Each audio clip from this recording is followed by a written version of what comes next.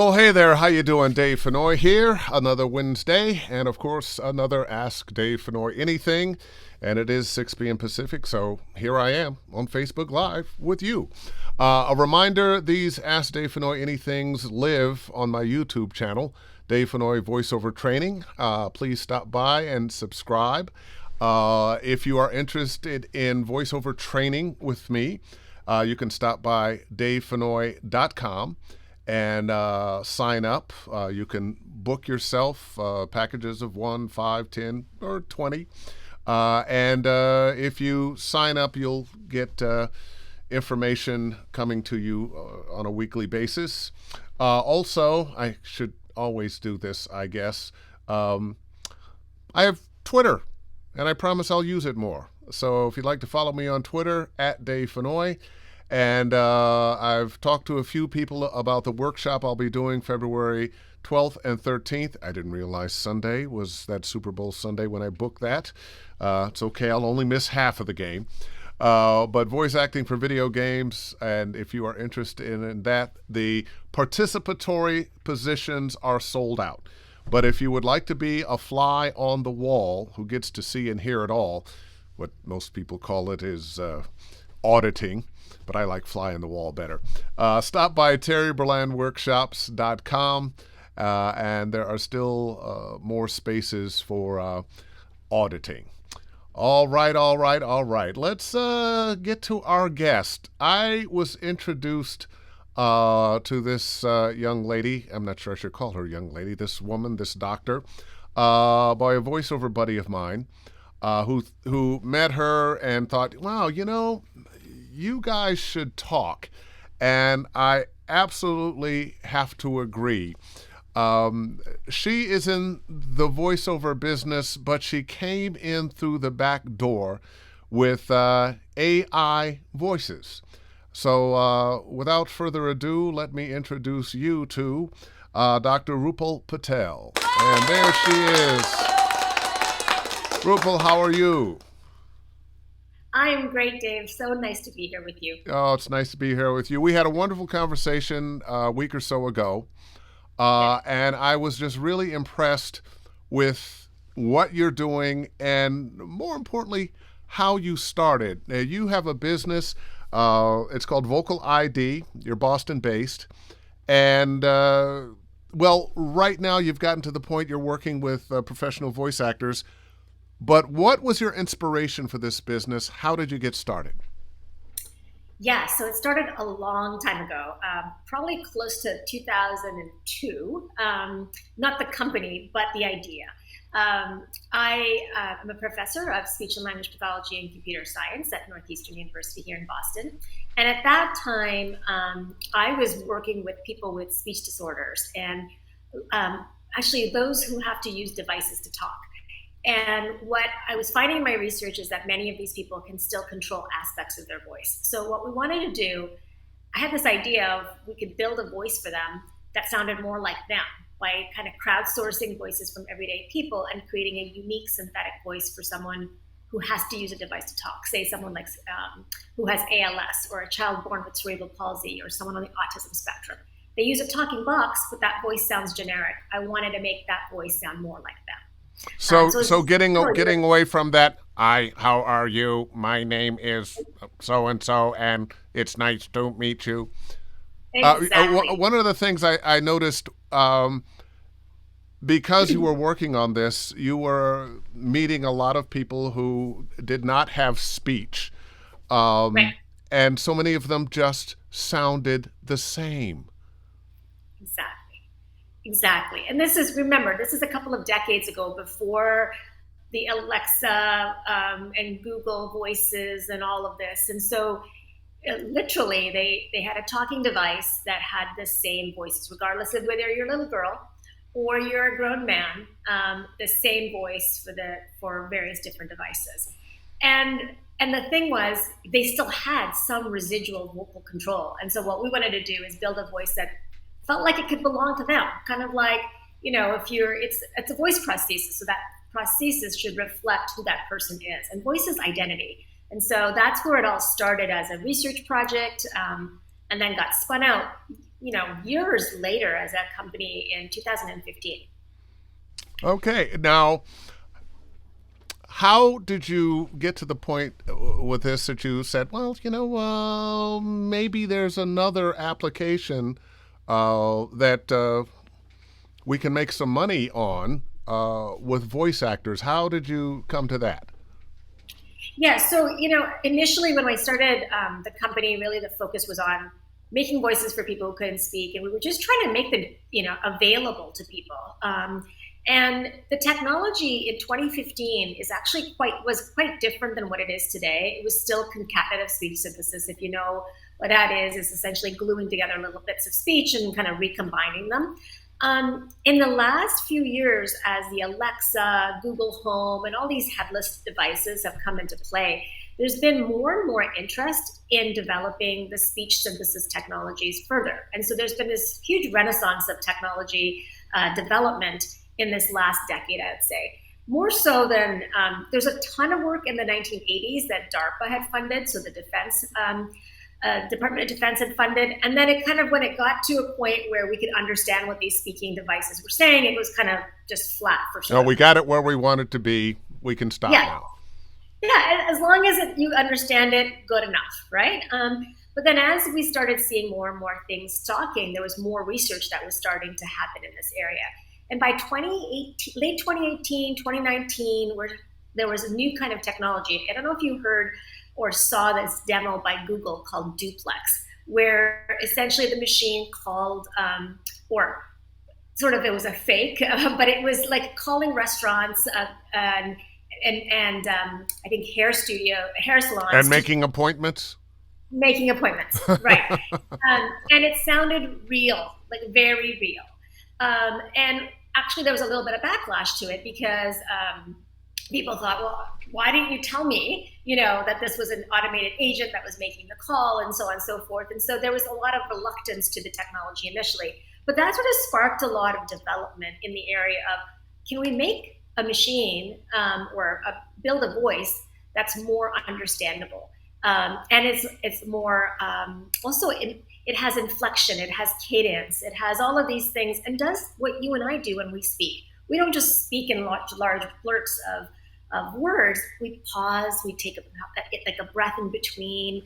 We might highlight a word by stressing it and so on. And that was what was developed with these new methodologies. If you think about the buzzword AI or neural networks, in just the last 5 years, there's been so much work that has gone into this. But that renaissance, I think, or the development of artificial intelligence and machine learning and applying that to speech synthesis is where now we have far more lifelike voices. And that's really where we started to think about other applications, partly as a way to grow our business, because we want to keep doing good, and we can only do that good if we have multiple avenues of revenue as well. Well, that brings me to the fear we voiceover people have about Yes. AI voices, that they're going to take all our work. We're not going to have anything to do. They're going to do all the commercials. And I've always felt like, especially as the technology was, that there would be some things to go away. I think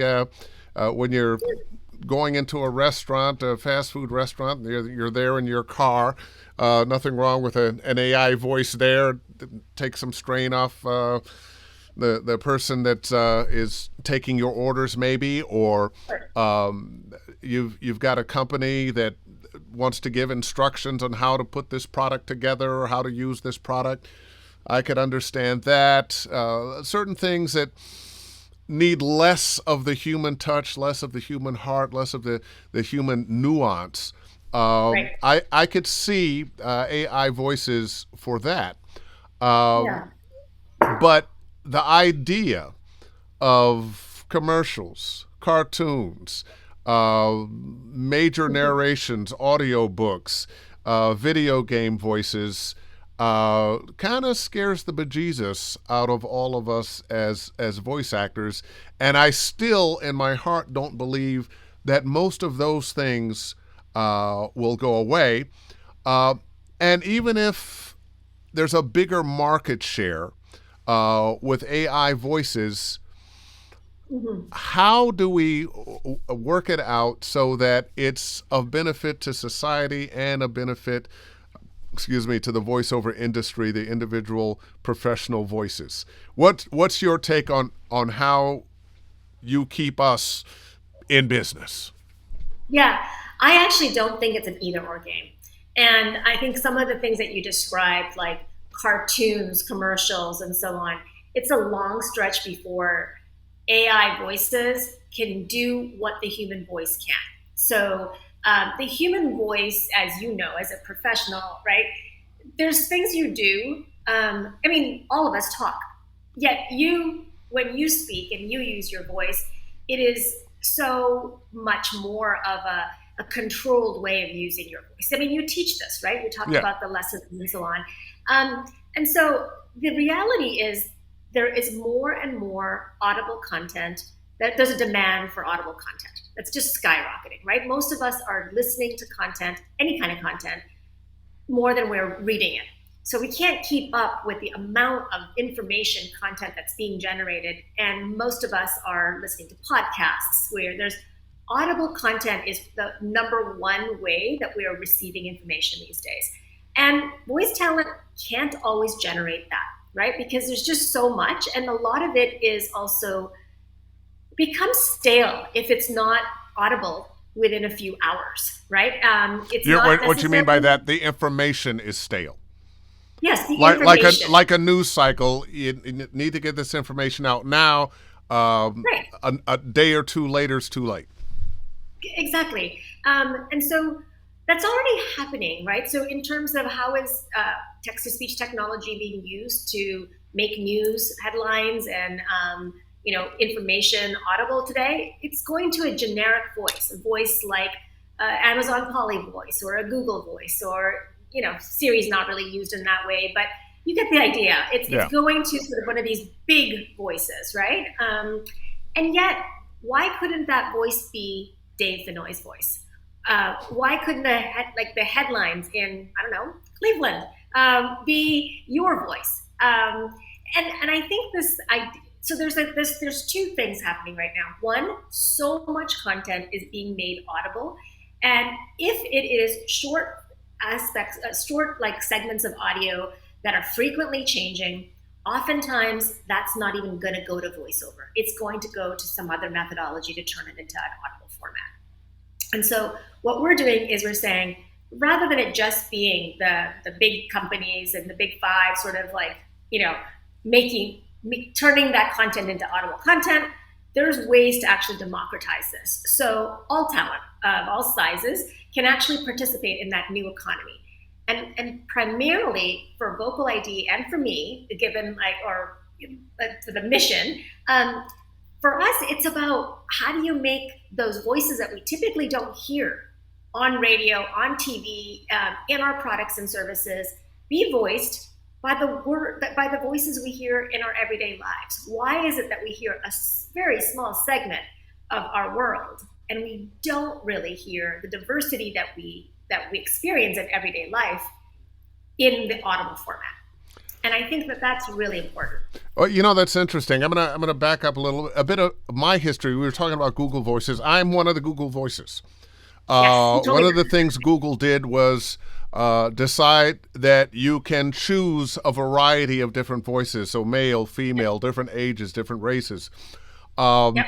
And I think they labeled me the cool middle-aged guy, or the something, I forget what it was, but Yeah.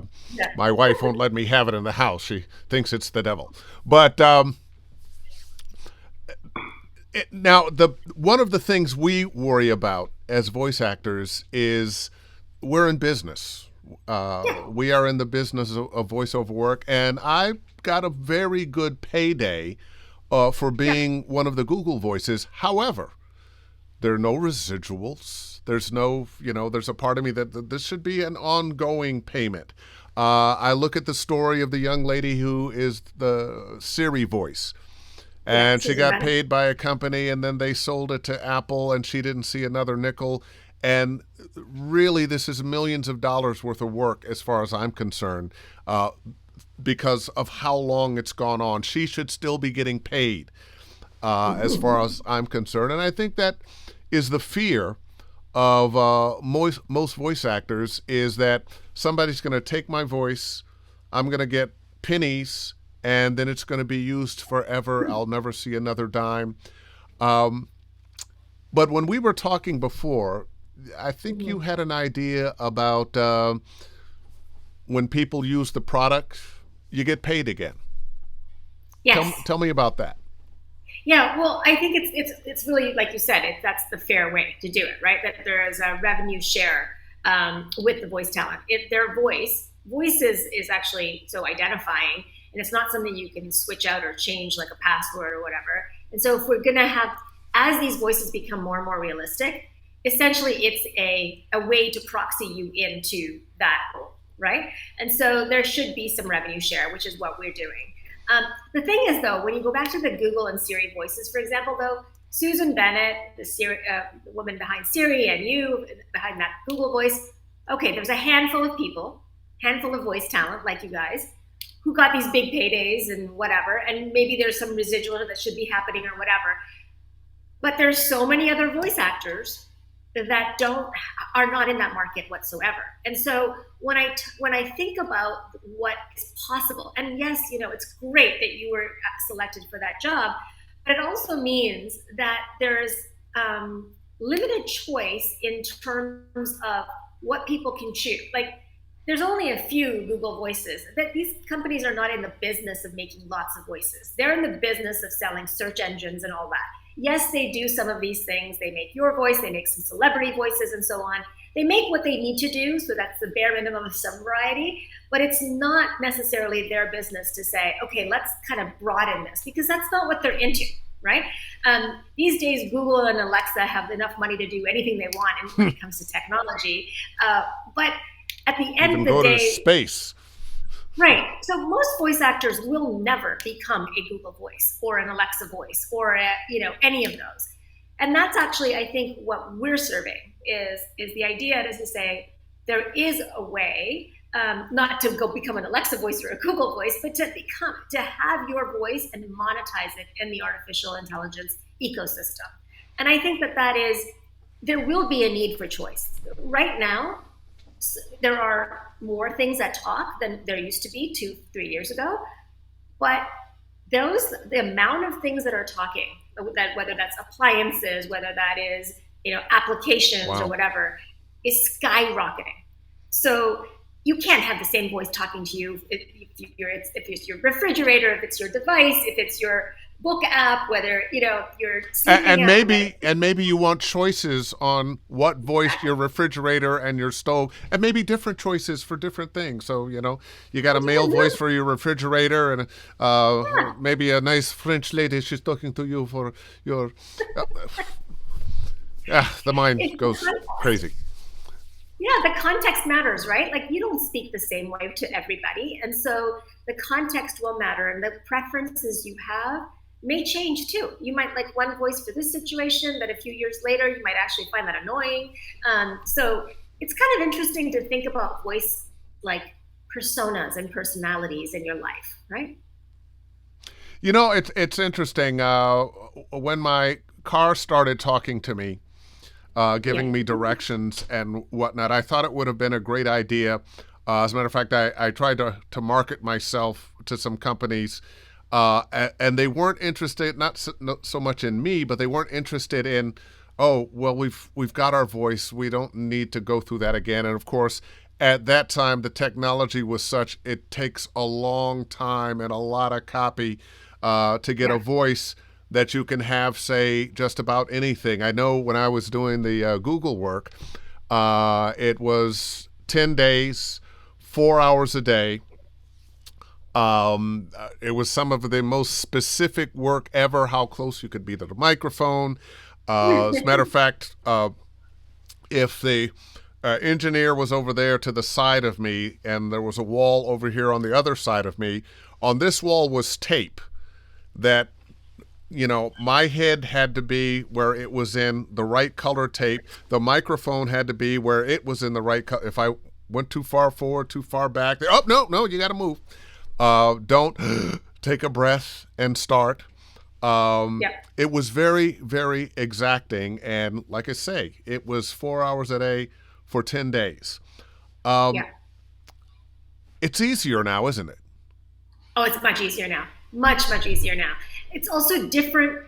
The methodology to make the voice is completely different now.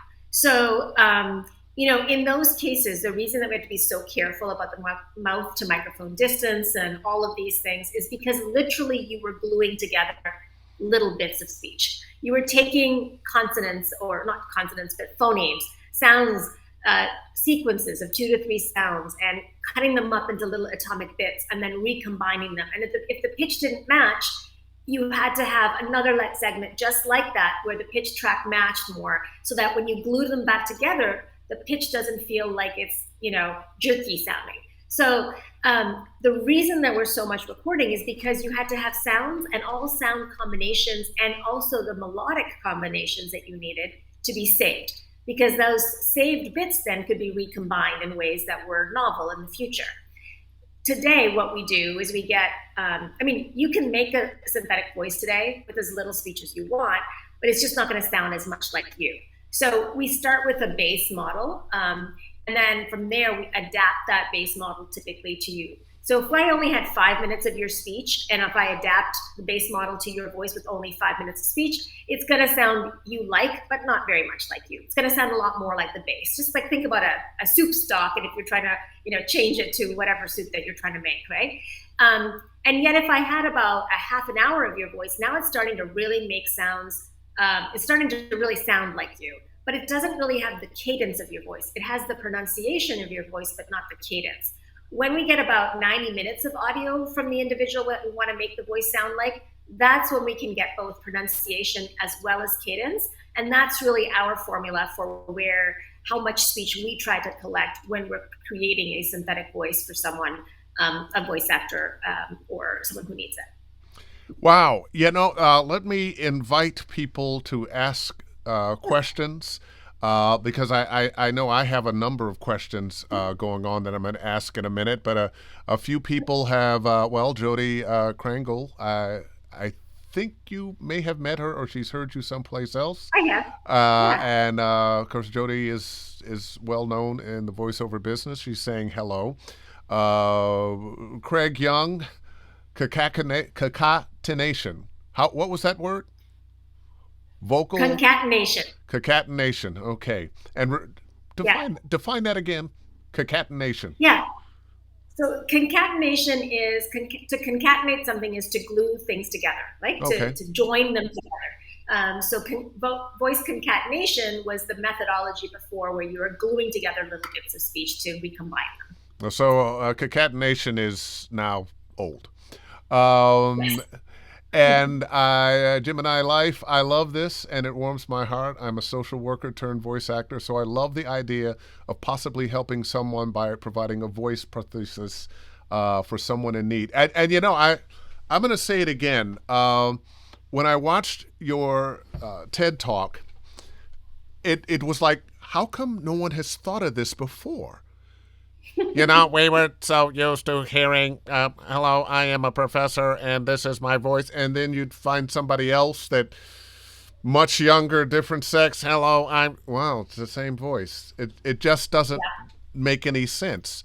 Let's see. Nick Miller, hello, team. What's that? The reason, though, is because it was so expensive. Yeah. When you think about making even like a child voice or an adult voice or whatever, it was just so expensive before. And now it's a lot cheaper because of these new methodologies. Oh, fantastic. Nick Miller, hello, team, watching from Australia. Hey, Dan, and if the doctor ever needs an Australian MVO. That's right. Always marketing, Nick. I think this is just a hello.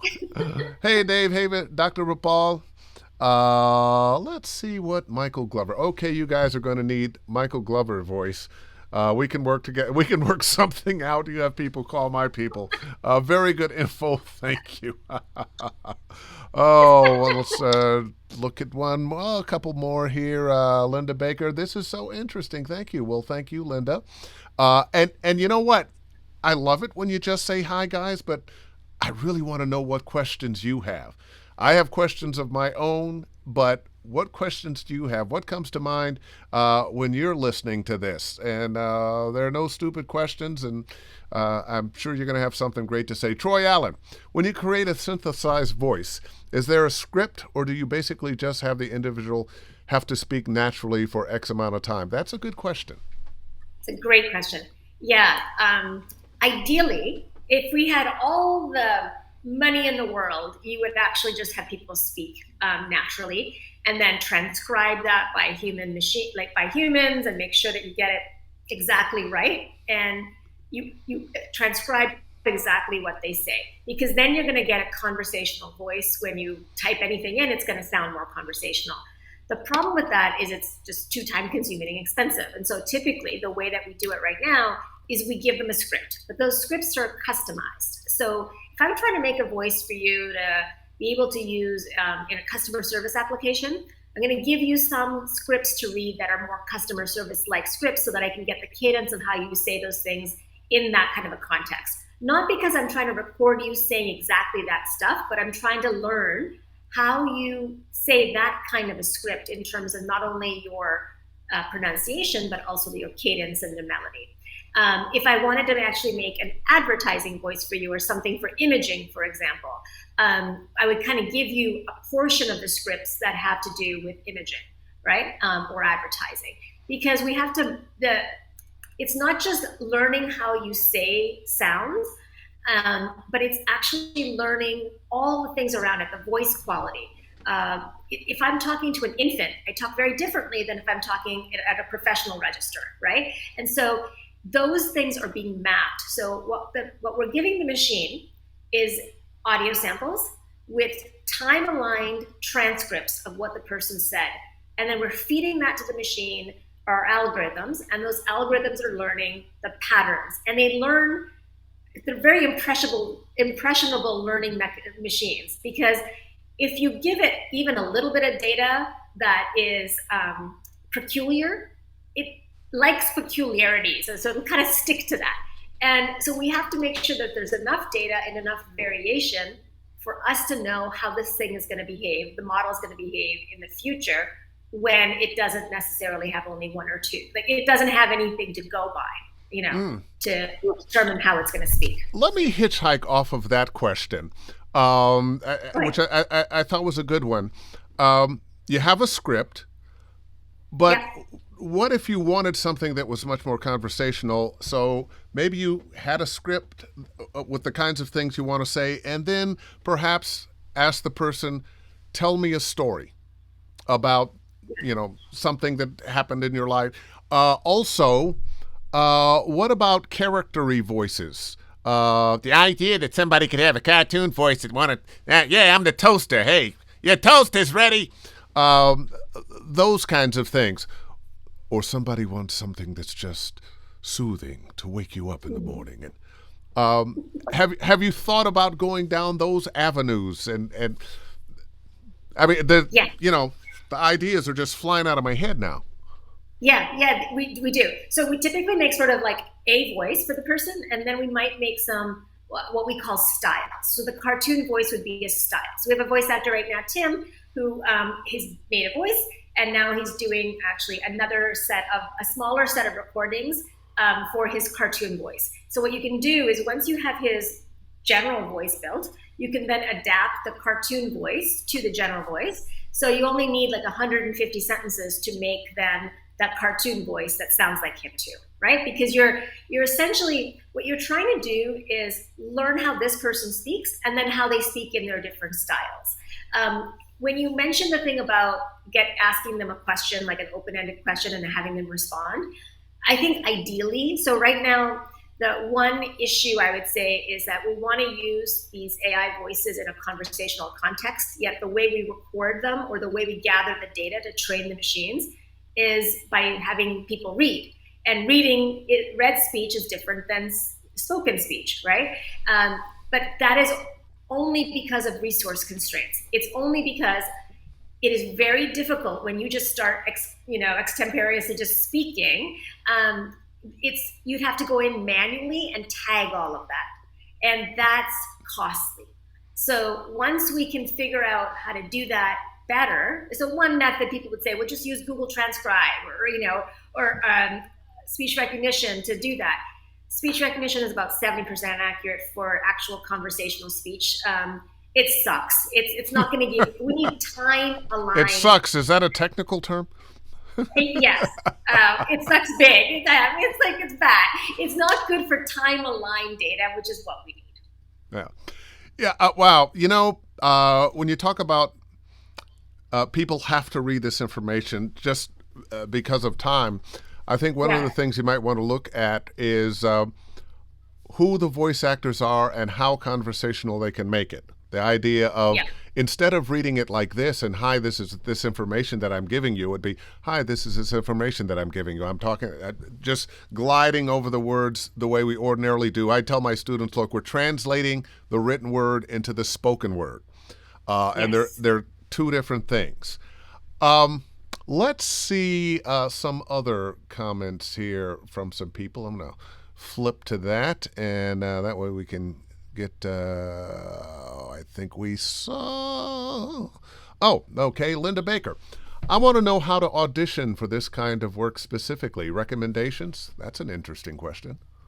Yeah, so we have been building a few voices, in 2020 we built about 6, and last year we built about 40, and we're slowly growing the number of voices that we're building, but specifically looking based on, we want to build voices that we know that there is a demand for, that we have customers for. And so rather than having people then just making lots of voices and hoping that some of them will sell, right? Because it's still expensive to make each of the voices. And so for auditioning, we'd love to hear if you're interested. There's a site on our website where you can go in and tell us what you do and why you're interested in an AI voice. And we'd love to hear from you. Okay, and Virginia Watson, this is so complex to me, but I'm very interested in knowing how I move forward in this division of voiceover. Well, you kind of sort of answered that. You're looking at this time for specific kinds of voices to meet specific kinds of needs. Yeah, it's not so much specific, but we're trying to make sure that we have enough diversity in the voices rather than making all the voices sound like they're from, let's say, the Midwest or the Northeast or something like that. That can only serve a certain kind of, population then. So we're trying to make sure that we have, voices of all types, of different ages, different accents, different backgrounds, so if they're, and also making sure that people are really interested in monetizing their voice, because sometimes people are like, oh, I'd like to try this, but it's not just like an experiment. It does take time.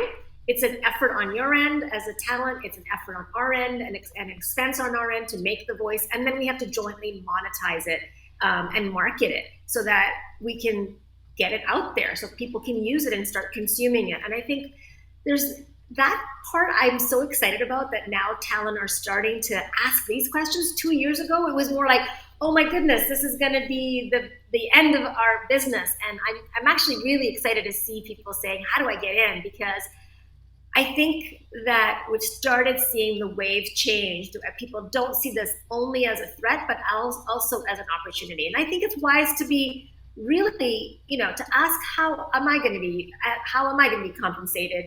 What am I going to be able to do? What kind of power do I still have in terms of the jobs I have to do and all of those things? That's really important. It would be interesting if SAG-AFTRA at some point wanted to get involved and there was a contract for this type of work.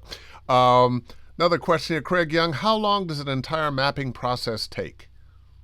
Yeah, so we require about 90 minutes of audio. It's going to take somewhere between 5 to 7 hours to record that audio, because sometimes you're going to go back and record it again if you didn't do a good job at that one line or whatever.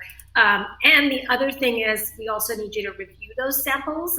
So that takes a little bit of time to do. And then after that, once you've recorded, we build the voice. Typically, if we don't have a backlog, we're able to build the voice within about 7 to 10 days. And we also have to QA the voice and then also adjust parameters. So there's all sorts of parameters to adjust to make sure that the voice behaves in the way that we expect it to behave for new and novel contexts that were never said before. Okay, well, I've got a question with that. Now, do people have to come into your studio, or do they record from their own studio? Um, Yeah, they record from their own studio, and actually, we prefer that because we don't have a studio first. But secondly, if we ever want you to do things like, additional lines or additional styles, let's say, we want the same environment, the same acoustics, the same reverberation patterns, and so on in the recordings. The other thing that we're starting to do and experiment with is, which this will make it, I think, into the product very soon, is not only will our customers be able to use your AI voice, if licensed to them, to generate the voice, generate the sample, but let's say they couldn't really get it to sound quite right. They tried several takes, they did lots of little modifications, they couldn't let it sound right. They can also then request you, the voice talent, to record that line. And then you would be, for that, you'd be compensated like you're compensated for reading pickups, right? But so that's why, for us at Vocal ID, we do not think that this is an either or game. We actually believe that it is a way to have, I think hybrid, meaning a combination of live recordings and that same person's AI voice, is actually what is going to be the first step into getting AI voices into the marketplace. It's not that's interesting. I've done a lot of live announce for award shows, and Yeah. one of the things they do is when the show is going on, you are there introducing people live, but they record a lot of it ahead of time. A lot of the packages are recorded ahead of time. So this is kind of a combination of that. Let me, let's see. Gerald Griffith. Dave, you can have your own library of voices and rent them out. Actually, I think that's something that actually could happen. You could have people out there. I can think of a bunch of my cartoon voice buddies that have a zillion voices that could do just that kind of thing. Troy Allen again. Neural networks are finicky like that. Haha. Question. Would a service like this in the future be, one, get a person to record their audio and that gets stored as audio sample X, then two, a buyer comes to you and says, I want something that sounds like X.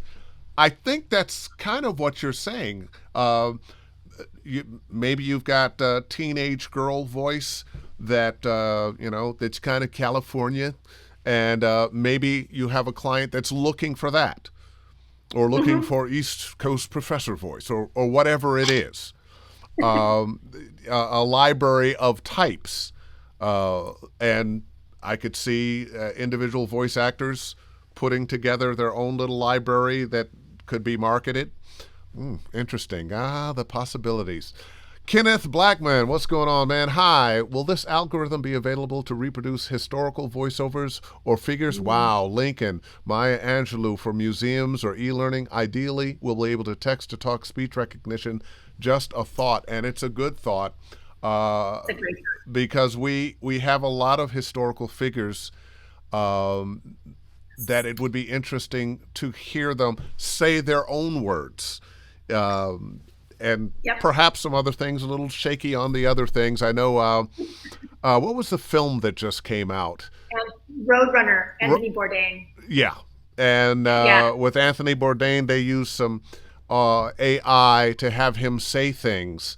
And there was a bit of a backlash, which I think right now AI voices are in flux. It's very new. It seems threatening. I like the idea that you bring that don't be afraid. Look at the opportunities in this. Gerald Griffith again. What are some of the controls in place or plan to manage and monitor the usage of voices as technology evolves? Yeah, that's a great question. So there's a few things. Hey, Gerald. Look different in that picture. So the the kinds of controls are including sort of who you're licensing the voice to and knowing the use cases. So the talent would know what the use case is that their voice is being licensed to. There's also ways in which to, what we do is it's called watermarking. You put a mark into the waveform so that you know where this waveform was produced, which is only actually good if you then have a way to say, well, who is it that produced it and what did they violate, right? So that's kind of like a way to stop the progression of that violation. But I think a lot of this the gatekeeping has to happen at the point of the licensing, and also making sure that the use cases are valid for that particular person. The other thing that when I talked about the idea of, let's say we made your voice, Dave, and someone licensed that and they wanted to use it in a use case, and then they also said, I also want to be able to have access to Dave to do some pickups, because sometimes the machine voice of his doesn't really sound exactly like what we want it to do, right? And so the other way is the transparency back to the talent to say, this is the kind of job your voice is being licensed to, where they get to continually sort of review some of that. So it's complicated. I think there isn't a one solution, and it's not only a technological solution. I think part of it is a contract solution, part of it is a technology solution, part of it is a community solution. So yeah, it's more than just one thing. I think at the moment, some of the answers to these questions are, this is what we're able to do now, but what we see the abilities for in the future may be something else. Question here, describe a typical license contract with a voice talent, please. Yeah, so it really depends on the use case. But today, let's say I had a company that was interested in licensing a voice that we built, so that we have demos of the voices that we've built on our website. And this company does 3D tours of homes and inside a car. They use cars that they're selling or something. And they wanted to have a couple of these voices. They wanted to license those. So we negotiate the license cost and for how long that they want to have this voice for, and for how many renders they're going to make. So are they going to make 100 samples, or are they going to make 1,000 samples, or whatever? So the costs or the fees for the licensing are based on how much they're using that voice, kind of like the way it works in your world right now. Absolutely.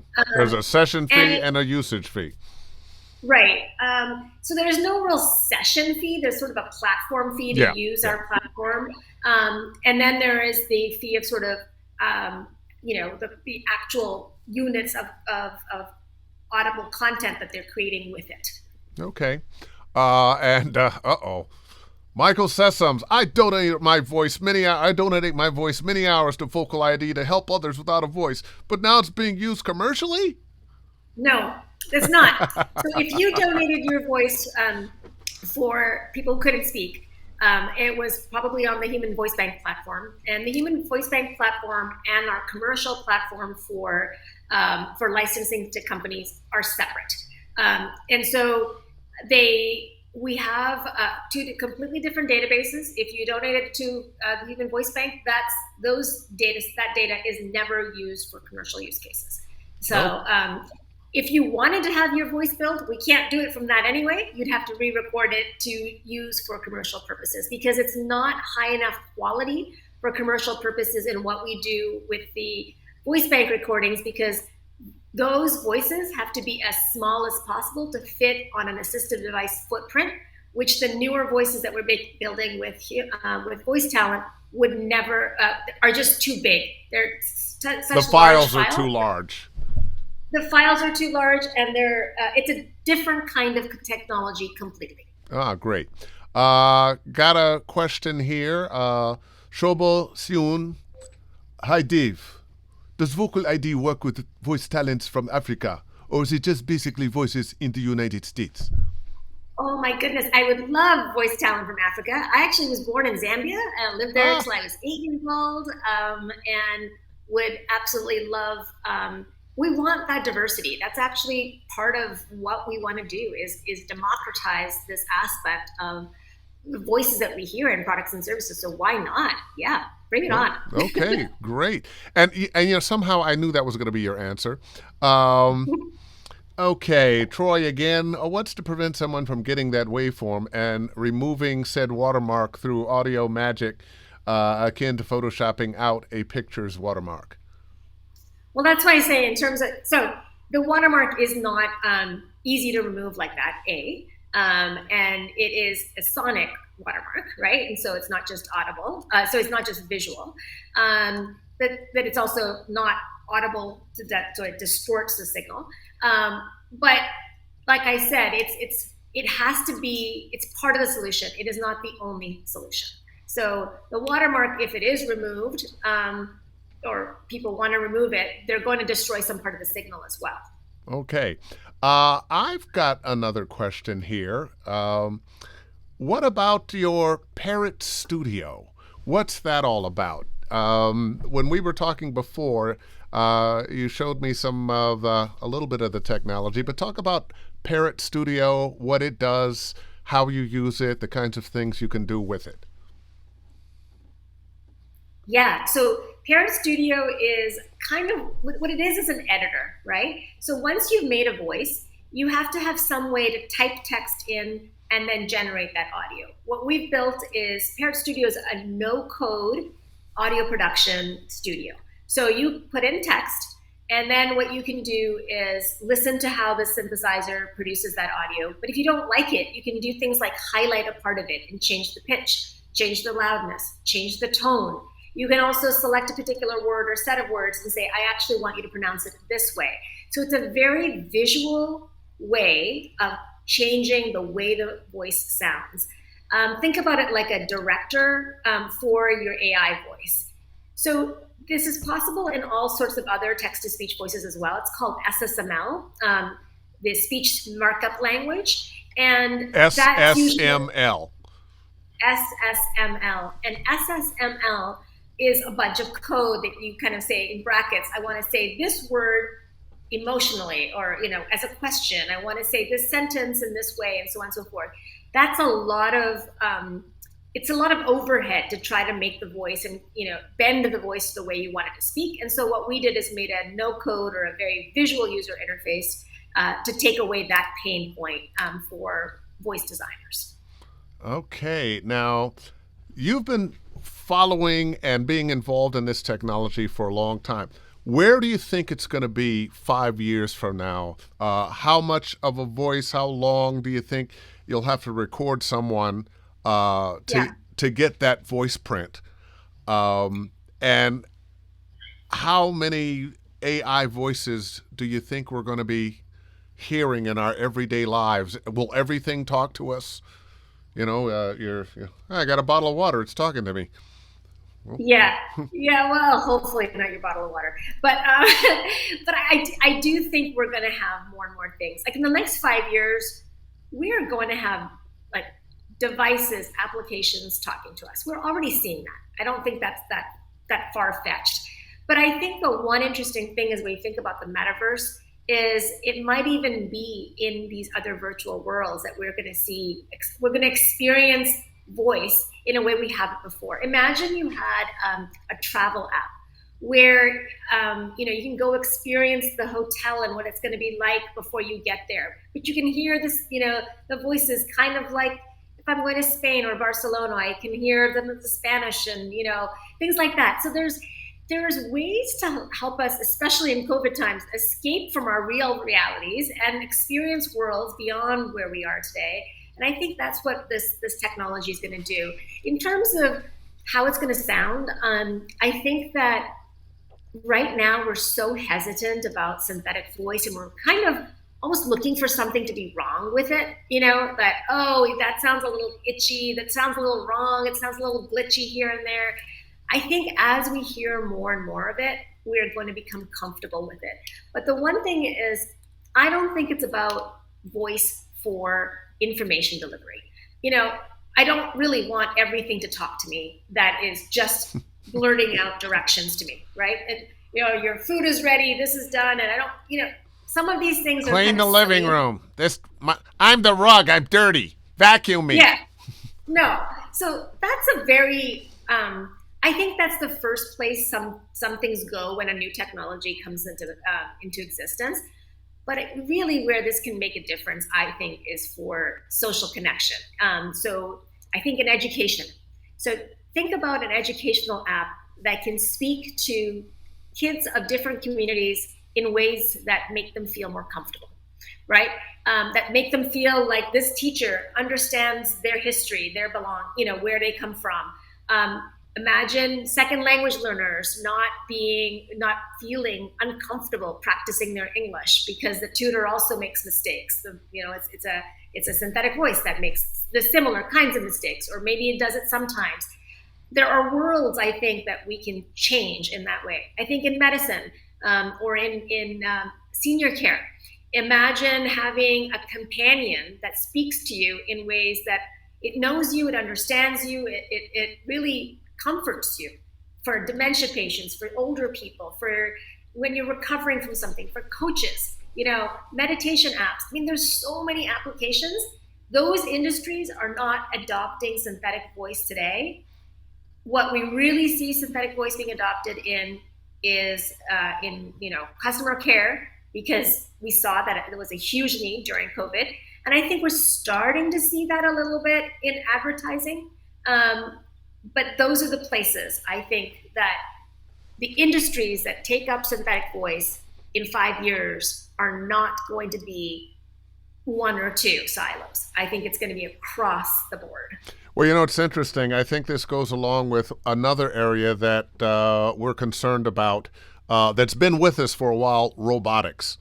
Robotics has taken a lot of manual jobs away, making cars and that kind of thing on the assembly line. So there are a lot of people, robotics are terrible. Some people might say, though, we've given people an opportunity to do something else besides these repetitive jobs. And as you were talking about companions, say, I have seen these little furry robot dogs that don't really talk, but they move a little bit and they respond to you. I forget the name of the robotics company now, but they always are showing how far they've gotten by having their robots dance. And in companionship, say, of older people or people who have some mental disabilities, perhaps that robot combined with an AI voice that talks to them, that they like, that soothes them, that calms them, that maybe even is the sound of somebody that they know to give them comfort. That is a little interesting. And of course, I also think about Will Smith's movie about the AI going crazy and the robots wanting to kill us all. But that's another story. Let me bring up another question here. Peter Drew, in robotics, oh, wow. What do you know? Good timing, Peter. In robotics, there's a line of realism that when crossed makes people uncomfortable. In other words, if the robot looks too real, people have a visceral reaction to it. It's too creepy. Do you think this might happen with synthetic voices? Too real equals too creepy. I think that's a feature of new. I don't think that's a feature of too real. I think people get used to things. I think what Drew's talking about is this phenomenon known as the Uncanny Valley, and we think about that in like visual effects and things like that too. I think right now it's interesting to me. At the one level, customers and clients will be like, "Oh, there's a problem here with the synthetic voice. Is a problem there? It doesn't do these things, right?" So they're kind of always upping the ante for it being more and more like humans. But then, like with what happened with the Google voice, with Duplex, they were creeped out when it fooled them, right? And with Anthony Bourdain with the movie, right? Why didn't I know? Why shouldn't you tell me ahead of time that was a synthetic voice? And so I think that this balance between us wanting it to be like it's a seamless thing, and yet at the same time almost being afraid of that, right? You wouldn't want to watch a visual effects movie. Like you wouldn't want to watch The Matrix, and every time that there was a CGI, piece that it would tell you, you are now watching CGI. You want, to suspend You reality. want it to be seamless. You Right. want to be completely involved in without with the willing suspension of disbelief. Exactly. And I think right now with voice, there, I think people are more hesitant about what the technology is. But I think we are getting close. In some instances, if I stitch together an audio sample with a human voice and a synthetic voice together, oftentimes it's hard to tell. In fact, I have a little message for you at the end of this that we put together. And I think if you don't know what you're consuming, right? And so it's kind of like introducing synthetic speech, almost like vegetables to kids, where you slowly introduce them. You don't have it all be vegetables. You're blending that along with human speech, and that's why I think hybrid is the sort of the first place in. And I think, like anything else technological, I know from my business, I saw people who didn't like their beepers, and of course, the world left them, went past them, didn't like they didn't want to have a home studio, and the business left them. They didn't want a cell phone. The juggernaut of technology is rolling on, or sailing on, and at some point you have to get on board. Maybe you're running as fast as you can, not to fall too far behind. But we can't just reject the technology out of hand because it doesn't care about us as individuals. It is going to go, and people, especially younger people, Yeah. they will just adapt. When I think about the kids, if I got to figure out something on my phone or technology, hey, you 10-year-old, come here. How do I work this? And they know. But this isn't generic technology. This is you. So I think the difference here is this is a personalized piece of technology. When you got a phone, that phone wasn't personalized to you. Or when you got that beeper, it wasn't personalized to you. This synthetic voice is personalized to you, right? And so the difference here is I don't think you have to think about it as a replacement. It's an augmentation. Just like in the past when we were augmenting people who didn't have a voice and giving them a voice that sounded more like them, when we're talking about voice actors, we're superpowering voice talent to say, today, with your human voice, you can record, I don't know how many hours, maybe 8, 10 hours before your voice gets tired. What if you wanted to do a 12-hour day, but 4 of those hours were done by your AI voice for imaging or commercials or whatever? Or what if you wanted to do it while you're on vacation? Well, you are increasing your monetization capacity with this. It's not going to be for the really creative stuff today. Maybe it'll get there a little bit, but when I showed you this with Parrot Studio, I think what I showed you is the fact that when you put text in and get audio out, if we made a voice model of you, it's not going to sound exactly like Dave Fennoy. You have to have a director there directing it to make it sound like what you and I want it to sound like when we're expressing that sentence, right?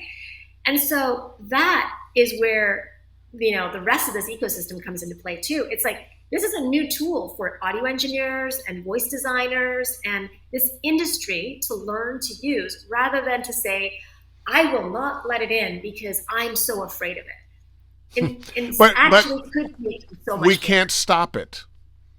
We cannot stop. We cannot stop the technology. People have tried stopping this technology or that technology forever, and it never works. This rock and roll, it'll go away. Oh, this rap, it'll go away. It's not, I don't like it, so it'll go. No. What's new is going to continue until something else takes its place. So, and it actually can push humans to be better at doing things that only humans can do. And it's going to relegate the stuff that you don't like doing, that you still do because it gives you a little bit of money. It's going to relegate that to your AI voice so that you can do the better stuff that makes you the creative genius. So all those audiobooks I don't want to do, I can just have my AI voice do. I'm kidding. I'm kidding. I don't know about audiobooks. Listen, we have hit our hour mark. I don't want to keep you overtime. But Rupal Patel, this has been fantastic. A lot to chew on. We've been talking about AI and the voiceover community for a while, often with trepidation. I think you've made me a little less concerned. I hope some others are a little less concerned and see that perhaps there's opportunity in AI voices for voice actors as well. And I'm going to keep up with you, and I think I would like you to be one of those people that every 6 months or year or so I can get you on, because it's moving fast. I'm sure you'll always have something new to talk about. I would love that. That would be really outstanding. That would be great. Can I play you a little? So I heard it was your special day a few days ago, or it was last week. So I prepared. I actually prepared this little medley. If you have 15 seconds, if I can play this. Here we go. Let's hopefully. I'm not sure how the audio works on this thing, so hopefully you'll be able to hear it.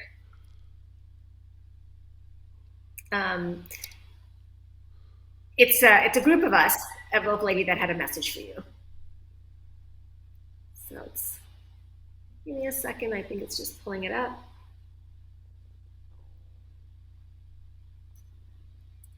Trying to connect. Okay, if it doesn't play, then I will just move on. I'll send it to you. Okay. Right. I'll look forward to that. But listen, and what's your website? How, if people want to get in touch with you, how could they get in touch with you? They can get in touch with us through vocalid.ai, either at hello@vocalid.ai, or if they're interested in being a voice talent that we're working with, you can look at the Parrot Studio, or look at Parrot, or under talent, and you'll find a website link there as well. Okay, so vocalid.com. Nope, .ai. Vocalid.ai. Vocalid.ai, or look up Parrot Studio. Google Parrot Studio. Fantastic. Yep. Listen, thank you again. This has been wonderful. I so enjoyed this information and the ideas it's been, because you took AI voices in a place I hadn't thought about them going. Fantastic. Thank you so much. I'm glad I was able to help and to change the view, hopefully. Oh yeah. Well, hey, get on board or get left behind. All right. Thanks so much. Wow. Dr. Patel. A lot of great information. A lot to think about, a lot to chew on, and perhaps lots of opportunities too. Okay, another Ask Dave Fennoy Anything is in the books. Well, not the books. It's going to be on YouTube. My YouTube channel, Dave Fennoy Voiceover Training. If you stop by, say hi, and subscribe. Interested in voiceover coaching, davefennoy.com. Click on the Study VO tab, and you can sign up and get information about where I'll be teaching, and get yourself teaching and everything. So have some dinner, enjoy your evening. That's what I'm going to do. And in the meantime, until next week, book something.